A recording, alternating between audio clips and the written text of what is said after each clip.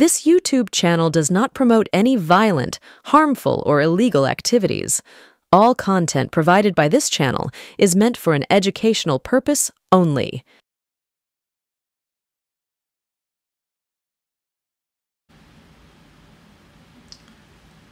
নমস্কার, এমকে ডিজিটালের থার্ড আইতে আমি কৌশিক।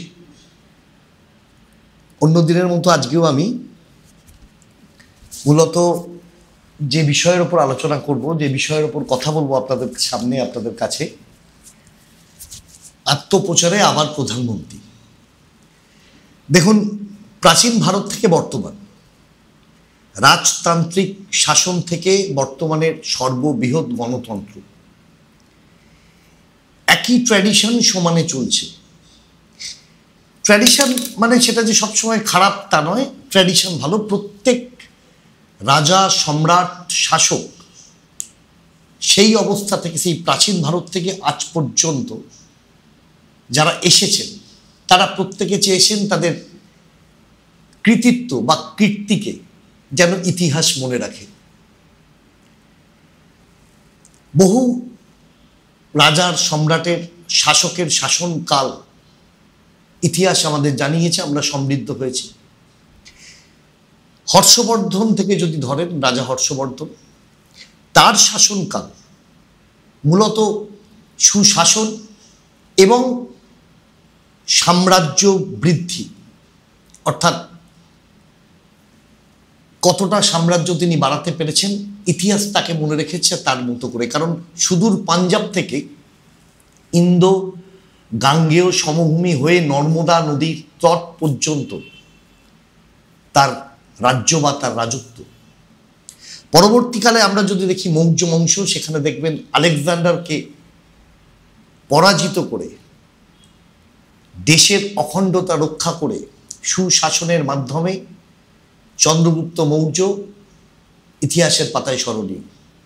পরবর্তী সময়ে সম্রাট অশোক রাজ্য বিস্তার, বিভিন্ন রকম স্মৃতিসৌধ, মন্দির নির্মাণ, মানে স্থাপত্য, তার সঙ্গে সাহিত্য, সঙ্গীত এবং বিজ্ঞান চর্চায় ভারতবর্ষকে অনেক উচ্চতায় নিয়ে গিয়েছিলেন। ইতিহাস তাকে মনে রেখেছে তার মতো করে। পরবর্তী সময়ে তিনি বৌদ্ধ ধর্ম গ্রহণ করার পর শান্তির বাণী প্রচার করেছিলেন, ইতিহাস তাকেও স্মরণ করে সেই জায়গায়। আরো সম্প্রীতি চলে আসুন। আমরা যদি বলি আকবর, মোগল ডায়নেস্টির সময় তিনি সর্বধর্ম সমন্বয়, সুশাসন এবং প্রজাদের অর্থনৈতিক বিকাশের জন্য তিনি ইতিহাসের পাতায় আজও রয়ে গেছেন। শাহজাহান, সম্রাট শাহজাহান রয়ে গেছেন তাজমহল, তার সৌধ, সেই স্থাপত্যের জন্য। এমনকি শেরশাহ মাত্র 5 বছরের শাসনকাল, মাত্র 5 বছরের শাসনকাল শেরশাহ, তিনি তৈরি করে গিয়েছিলেন grand tank road, GT road. পরবর্তী সময়ে যদি আমরা গণতান্ত্রিক ভারতবর্ষের মধ্যে আসি, তাহলে আমি যদি শ্রীমতী ইন্দিরা গান্ধী থেকে শুরু করি, সেখানে দেখতে পাবেন সুশাসনের প্রতিষ্ঠা, দেশের অখণ্ডতা রক্ষা এবং পড়শি দেশ বাংলাদেশের জন্ম সংক্রান্ত যা ইতিহাস, সে আপনাদের প্রত্যেককার জানা। পরবর্তী সময়ে রাজীব গান্ধী কম্পিউটার, তথ্য প্রযুক্তির ব্যবহার, টেলিকমিউনিকেশনের উন্নতি এবং তথ্য প্রযুক্তির বিকাশ, যা রাজীব গান্ধীকে স্মরণীয় করে রেখেছে ইতিহাসের পাতায়। আবার দেখুন অটল বিহারী বাজপেয়ীজি, তার শাসনকালে পোখরানে পরমাণু বোমা নিয়ে পরীক্ষা নিরীক্ষা এবং সারা বিশ্বের কাছে পরমাণু শক্তিধর দেশ হিসাবে ভারতবর্ষকে এক নতুন উচ্চতায় নিয়ে গেছেন। বা পরবর্তী সময়ে অপারেশন বিকাশ, বিজয়, অপারেশন বিজয় দেখেছেন, কার্গিল যুদ্ধ তাকে মনে করিয়ে দেয়। অটল বিহারী বাজপেয়ীজি স্বল্পভাষী মানুষ, তাকে মনে করিয়ে দেয়।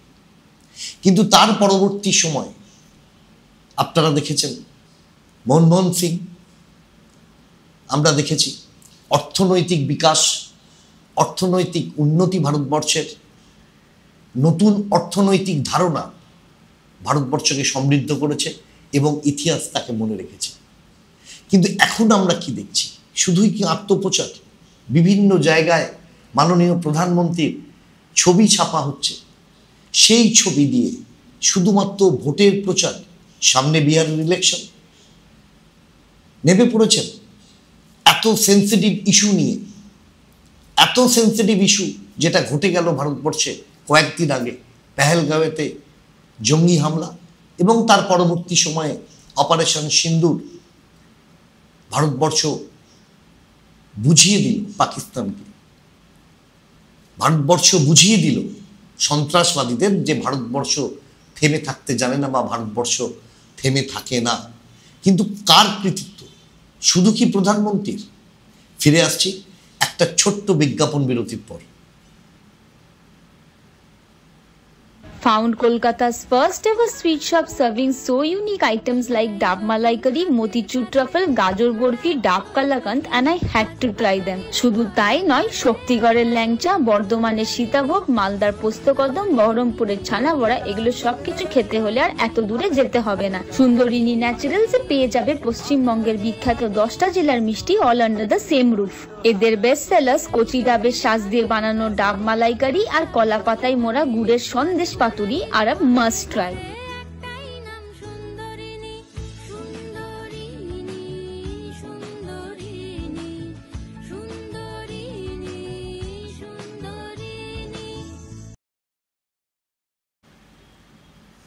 নমস্কার, ফিরে এলাম আবার বিজ্ঞাপন বিরতির পর। যে আলোচনায় আপনাদের সঙ্গে ছিলাম, আত্মপ্রচারে প্রধানমন্ত্রী। একটুখানি আগে থেকে বলে নিই, ভারতবর্ষের শাসনকালে প্রাচীন কিংবা বর্তমান ভারতবর্ষের বিভিন্ন সম্রাট, বিভিন্ন রাজা, বিভিন্ন শাসক তাদের কৃতিত্ব বা কীর্তি স্থাপন করে গেছেন, ইতিহাসের পাতায় তাদের স্মরণীয় করে গেছেন। আমরা আলোচনায় আজকে আমাদের বিষয় আত্মপ্রচারে বর্তমান প্রধানমন্ত্রী। তিনি ঠিক কি করলেন একটু আগে থেকে আপনাদের বলি। কয়েক বছর আগেই আপনারা জানেন আমার দেশ, আপনার দেশ ভারতবর্ষ সম্মুখীন হয়েছিল এক মহামারীর, কোভিড। কি দেখেছি কোভিডের সময়? কোভিডের সময় দেখেছি প্রধানমন্ত্রী আমাদের বলেছেন যে থালা বাজাতে।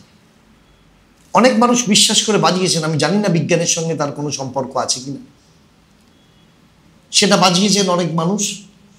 তারপর হঠাৎ করে মানুষ বাড়িতে রয়ে গেছেন, বাইরে আসতে পারেননি, কারণ এই মহামারী যে কোনো মুহূর্তে যে কোনো ক্ষেত্রে প্রাণঘাতী হতে পারত।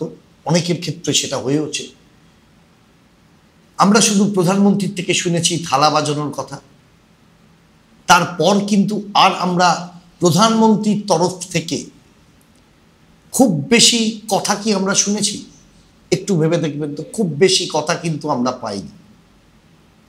পরবর্তী সময়ে জানতে পারা গেছে যে এই কোভিড চলাকালীন ওই বছরগুলিতে চিকিৎসার সরঞ্জাম কেনার যে প্রয়োজন হয়েছিল সেখানে ব্যাপক দুর্নীতি ধরা পড়েছে।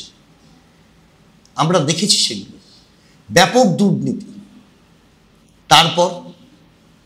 তারপর প্রধানমন্ত্রী আমাদের বললেন যে টিকা আসছে, কারণ এই টিকা যদি নেওয়া হয় তাহলে পরবর্তীকালে কোভিড হবে না, বা কোভিড যদিও বা হয় তার প্রকোপ অনেকটা কম থাকবে। বাস্তবিক ক্ষেত্রে হলো কি? আমরা দেখলাম কি? আমরা দেখলাম সেই টিকা এলো, সেই টিকা পর্যাপ্ত ছিল না সরকারের তরফ থেকে। বহু মানুষকে প্রায় 750 টাকার বিনিময়ে বিভিন্ন বেসরকারি সংস্থার কাছে গিয়ে সেই টিকা নিতে হয়েছে। এবং সেই টিকা নেবার পর যখন সার্টিফিকেট পাওয়া যাচ্ছে যে আপনি বা আমি যে টিকাটা নিয়েছি তার যে প্রমাণস্বরূপ যে সার্টিফিকেট, সেখানে দেখা যাচ্ছে বড় করে প্রধানমন্ত্রীর ছবি।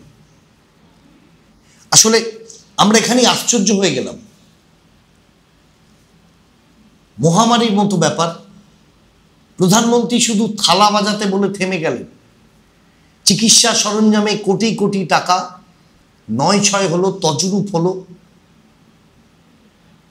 টিকা এলো, এবং যে টিকা এলো সেই টিকা কিন্তু ট্রায়াল কমপ্লিট করে সেই টিকা এলো না।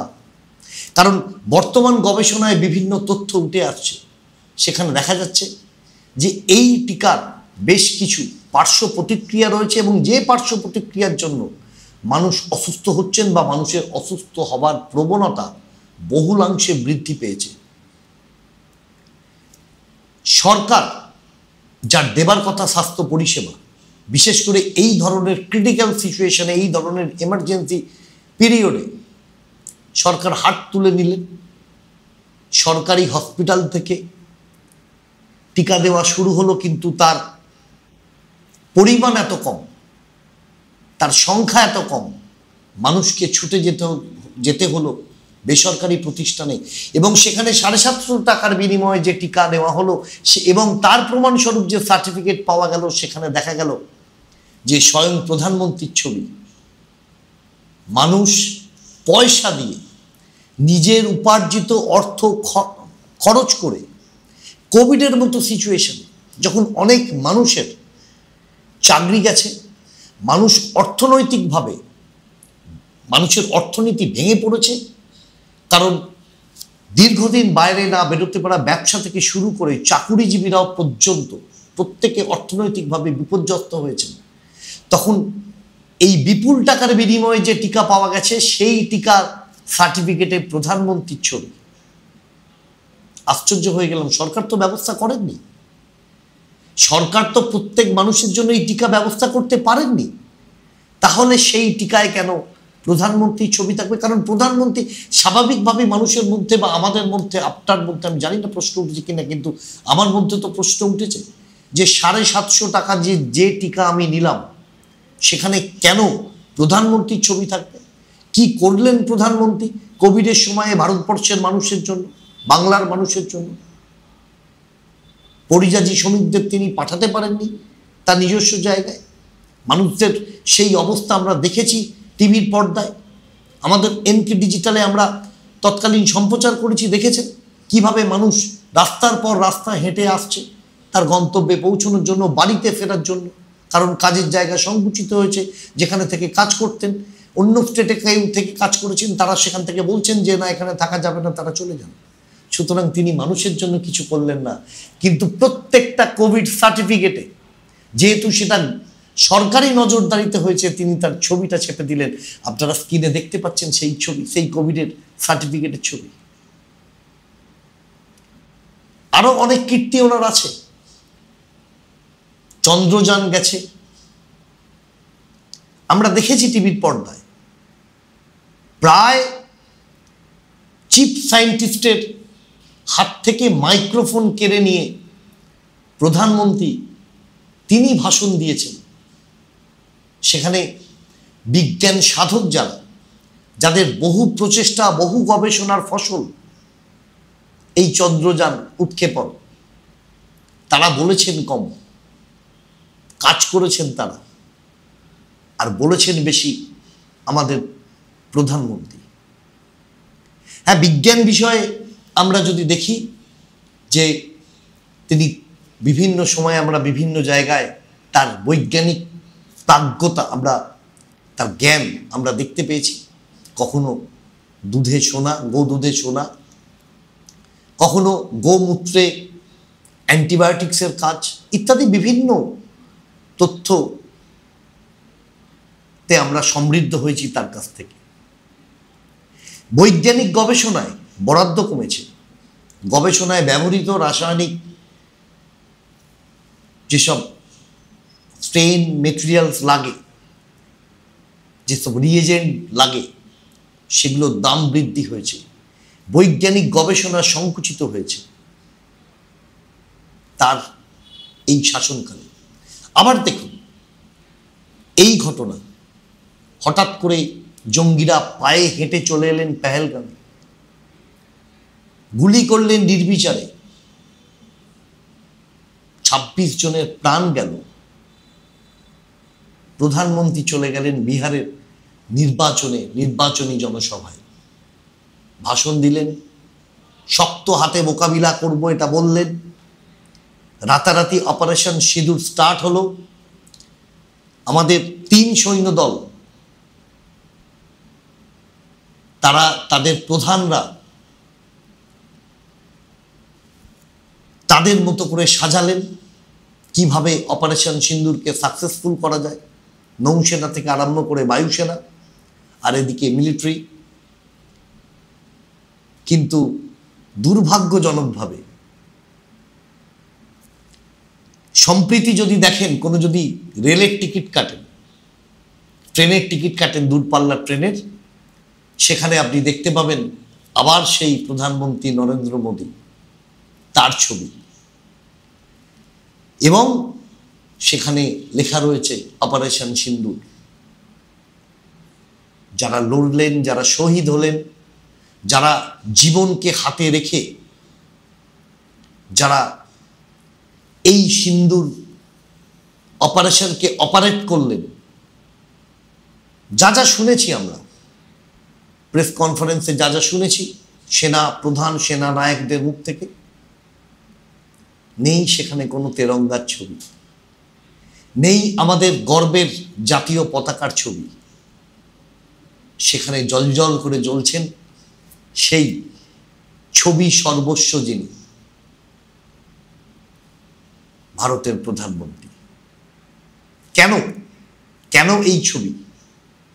কোভিড সিচুয়েশনের, কোভিডের সময় বা বিভিন্ন ক্ষেত্রে কখনো দেখেছি উজ্জ্বলা গ্যাসের বিজ্ঞাপন, বিভিন্ন পেট্রোল পাম্পের গায়ে জ্বলজ্বল হয়ে প্রধানমন্ত্রী জ্বলছেন। ফাঁকা কলসির কি বেশি আওয়াজ? কীর্তি বা কৃতিত্ব কি এতটাই ছোট, এতটাই ক্ষুদ্র যে তাকে বারবার তার ছবি বিভিন্ন জায়গায় ছাপিয়ে বিজ্ঞাপনের মাধ্যমে সরকারের কোটি কোটি টাকা নষ্ট করে তাকে প্রমাণ দিতে হচ্ছে? ভাবুন, ভাবা অভ্যেস করুন। আজকে এই পর্যন্তই, আবার পরদিন আপনাদের সঙ্গে থাকবো এনকে ডিজিটালের পর্দায়। সবাই সুস্থ থাকুন, ভালো থাকুন, নজর রাখুন। নমস্কার।